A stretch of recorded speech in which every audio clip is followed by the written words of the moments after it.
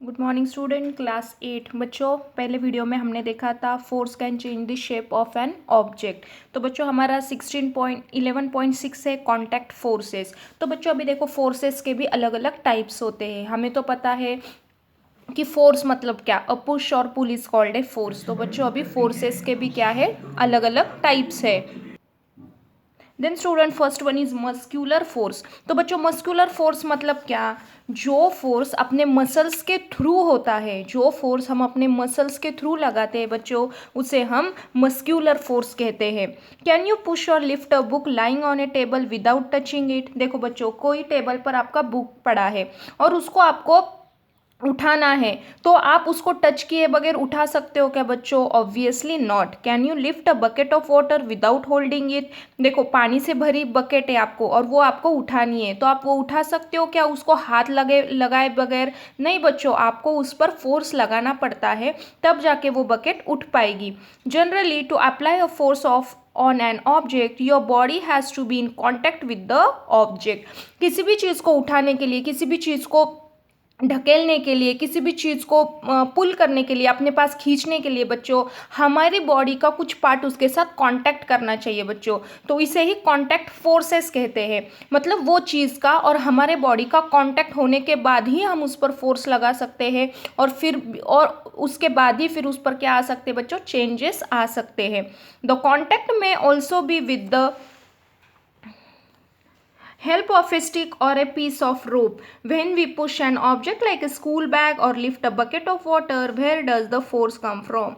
This force is caused by the action of muscles in our body. देखो बच्चों, कभी कभी हम क्या करते हैं, हमारी जो स्कूल बैग है उसे भी हम क्या करते हैं, हमारी ओर खींच लेते हैं बच्चों, हमारी ओर खींच लेते हैं। तब वो जो फोर्स आता है, वो ताकत कहाँ से आती है बच्चों? वो कहाँ क्या होती है, हमारे बॉडी के मसल्स के थ्रू वो हम खींचते हैं। द फोर्स रिजल्टिंग, ये ध्यान दो, the force resulting due to the action of muscles is known as the muscular force. मतलब जो फोर्स अपन अपन हम हमारे मसल्स के थ्रू लगाते हैं। हमारे मसल्स मतलब क्या, देखो अपने हाथों में बच्चों मसल्स है, किसी भी बकेट को हम खींच रहे हैं, बैग को खींच रहे हैं, किसी भी टेबल को खींच रहे हैं बच्चों, तो हमारे हाथों में जो मसल्स है, वो मसल्स का फोर्स वो टेबल पर जा रहा है बच्चों, और फिर वो टेबल पर फोर्स लग रहा है। तो इस फोर्स को क्या कहेंगे बच्चों, हम muscular force. The force resulting due to the action of muscles is called as muscular force. मतलब जो फोर्स हम अपनी मसल से लगाते हैं, अपने हाथ से, पैर से, अपनी बॉडी में जहाँ पर भी मसल से, वो मसल से जब हम लगाते हैं बच्चों, इसे कहते हैं मस्क्यूलर फोर्स। उसके बाद आता है बच्चों, animals also make use of muscular force to carry out their physical activities and their task. देखो बच्चों, ओनली ह्यूमन बींग्स ही मस्कुलर फोर्स नहीं लगाते बच्चों, एनिमल्स भी क्या लगाते हैं, उसका मस्कुलर फोर्स यूज करते हैं। Animals like bullocks, horses, donkeys and camels are use to perform various task for us. In performing this task they use muscular force. देखो बच्चों, आपको तो पता है, जो घोड़े होते हैं, डोंकीज होते हैं, ऊंट होते हैं, और ये जो बुलक्स होते हैं, बैल होते हैं बच्चों, वो हमारे लिए बहुत अलग अलग एक्टिविटीज़ करते हैं। तो बच्चों देखो, ये आदमी बैलगाड़ी पर बहुत सारा उसने भूसा भर रखा है और वो चल रहा है। तो बच्चों लेकिन ये आदमी, उसका मस्क्यूलर फोर्स उसके हाथों से तो ये रोप को लगा रहा है बच्चों, लेकिन जो ये बैल है बच्चों, वो भी मस्क्यूलर फोर्स का यूज करके फिर वो पूरी बुलक गाड़ी, जो बैलगाड़ी है, वो आगे की ओर खींच रहे बच्चों। तो इसे भी क्या कहेंगे, हम मस्क्यूलर फोर्स कहेंगे। Since muscular force can be applied only when it is in contact with an object। देखो बच्चों, मस्कुलर फोर्स कब आता है? मस्कुलर फोर्स को मतलब समझो एक टेबल है और टेबल को आप हाथ लगाए बगैर ही वो हिल नहीं पाएगा बच्चों, तो ये मस्कुलर फोर्स नहीं है। जब आपके हाथ या आपका पैर जब इसको खिसकाएगा, जब इस पर फोर्स लगाएगा बच्चों, तब मतलब ये टेबल का और आपका कांटेक्ट होने के बाद, मतलब टच हो गया, कांटेक्ट होने के बाद ही बच्चों उसे हम क्या कहेंगे, मस्कुलर फोर्स कहेंगे। और मस्कुलर फोर्स को ही हम क्या कहेंगे बच्चों, कांटेक्ट फोर्सेस, क्योंकि दो चीज़ों का यहाँ पे कांटेक्ट आ रहा है, इसके वजह से उसे हम क्या कहेंगे बच्चों, कांटेक्ट फोर्स कहेंगे। उसके बाद है बच्चों फ्रिक्शन। फ्रिक्शन मतलब एक बच्चों में आपको बहुत आसानी से बताती हूँ, किसी भी चीज़ को एक दूसरे के ऊपर घिस जाना, उसे क्या कहेंगे बच्चों हम? Friction. Recall some of your experiences. A ball rolling along the ground gradually slows down and finally comes to rest. देखो बच्चों, आपके कुछ एग्जाम्पल्स है। मैंने एक बॉल नीचे ज़मीन पर रेंगते हुए छोड़ दिया, वो थोड़ी देर के लिए रेंगते हुए जाएगा बच्चों, फिर वो स्लो होगा और फाइनली एक जगह पर बच्चों वो क्या हो जाएगा? रुक जाएगा बच्चों। When we stop pedaling a bicycle, it gradually slows down and finally comes to a stop। देखो बच्चों, हम बाइसिकल के पेडल जो होते हैं वो 2-4 मार दो और फिर उसे छोड़ दो, फिर साइकिल थोड़ी देर के लिए चलेगी बच्चों, उसके बाद स्लो होगी और फाइनली वो फिर जाके स्टॉप हो जाएगी। A car or a scooter also comes to rest when its engine is switched off. Similarly, a boat comes to rest if we stop rowing it. Can you add some more such experiences? देखो बच्चों, जो हम गाड़ी है, अगर scooter की चाबी अगर बच्चों हमने बंद की तो वो क्या हो जाएगी? फिर बंद हो जाएगी। इस पर से हमें ऐसे पता चलता है कि जो फोर्स हम लगा रहे बच्चों, वो फोर्स तो पहले चल रहा है, फिर धीरे धीरे कम हो रहा है और फाइनली वो फोर्स हमारे से फिर क्या हो जाता है? स्टॉप हो जाता है बच्चों। In all these situations, no force appears to be acting on the objects, yet their speed gradually decreases and they come to rest after some time.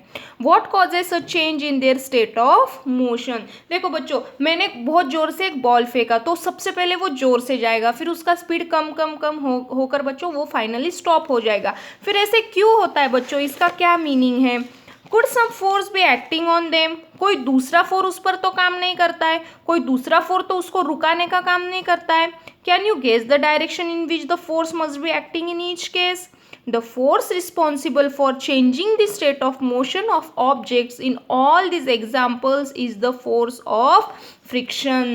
देखो बच्चों, एक फ्रिक्शन होता है, जो फोर्स हम लगाते हैं उस पर अपोजिट फोर्स लगाने का काम क्या करता है बच्चों? ये फ्रिक्शन करता है और ये फ्रिक्शन नेचुरली होता है। समझो मैंने ज़मीन पर एक बॉल रेंगते हुए छोड़ दिया बच्चों, तो मैंने बॉल को लगाया हुआ फोर्स और ज़मीन के नीचे से आ रहा फोर्स बच्चों, इन दोनों में फ्रिक्शन हो जाता है और फ्रिक्शन वो एक दूसरे पर घिसते हैं और घिसने की वजह से उनका स्पीड क्या हो जाता है बच्चों? कम हो जाता है। It is the force of friction between the surface of the ball and the ground that brings the moving ball to rest। क्या हो जाता है बच्चों? जो बॉल मूव कर रहा है उसका मोशन और जो ज़मीन में जो फ्रिक्शन का मोशन चल रहा है बच्चों, वो एक दूसरे पर घिस जाते हैं, एक दूसरे का फ्रिक्शन होता है, उसके वजह से जो बॉल होता है बच्चों उसका स्पीड क्या हो जाता है? धीरे धीरे कम हो जाता है। Similarly, friction between water and the boat brings to a stop when you stop rowing। देखो बच्चों, जब आप बोट, जब वो लकड़ी की बोट जब आप रो करते हो पानी में, अगर आपने वो रो करना छोड़ दिया बच्चों, तो धीरे धीरे क्या होता है? जो बोट है बच्चों उसके सरफेस और वाटर के सरफेस का क्या होने लगता है? फ्रिक्शन होने लगता है। मतलब ये तो तेजी से चल रही है बच्चों, लेकिन जो पानी का फ्रिक्शन है बच्चों ये इसके स्पीड को हमेशा कम करता है, मतलब अपोजिट चलता है बच्चों। फिर आपने जब वो पानी में रोना बंद कर दिया तो आपकी बोट धीरे धीरे क्या हो जाएगी बच्चों? स्लो हो जाएगी और थोड़ी देर के बाद वो बंद हो जाएगी चलना। The force of friction always acts on all the moving objects and its direction is always opposite to the direction of motion. देखो बच्चों, जो फ्रिक्शन का फोर्स है वो हमेशा आपकी चीज़ों पर क्या होता है? अपोजिट होता है। मतलब आप जोर से गाड़ी पर चल रहे हो, मतलब जब तक आपका फोर्स है बच्चों तब तक तो वो फोर्स से गाड़ी चलेगी बच्चों, लेकिन क्या होता है जब आप फोर्स से गाड़ी चलना छोड़ देते हो तब ज़मीन का फोर्स इस पर क्या हो जाता है? अपोजिट डायरेक्शन करता है और आपकी गाड़ी धीरे धीरे स्लो होती है। मतलब जब आप गाड़ी चला रहे हो बच्चों तभी भी वो फ्रिक्शन जो फोर्स है वो काम करता है बच्चों। It is also an example of contact force. You will learn more about this force in chapter 12. You may be wondering whether it is essential for the agent applying a force on an object to be always in contact with it. Let us find out। मतलब देखो बच्चों, ये friction होना भी ज़रूरी होता है। मतलब हम रास्ते से चल रहे, अगर देखो बच्चों क्या हो जाता है जब गीली फर्श होती है तब गीली फर्श और अपने पैरों में बच्चों फ्रिक्शन बहुत कम हो जाता है और हमें फिसलने के चांसेस बहुत ज़्यादा होते हैं।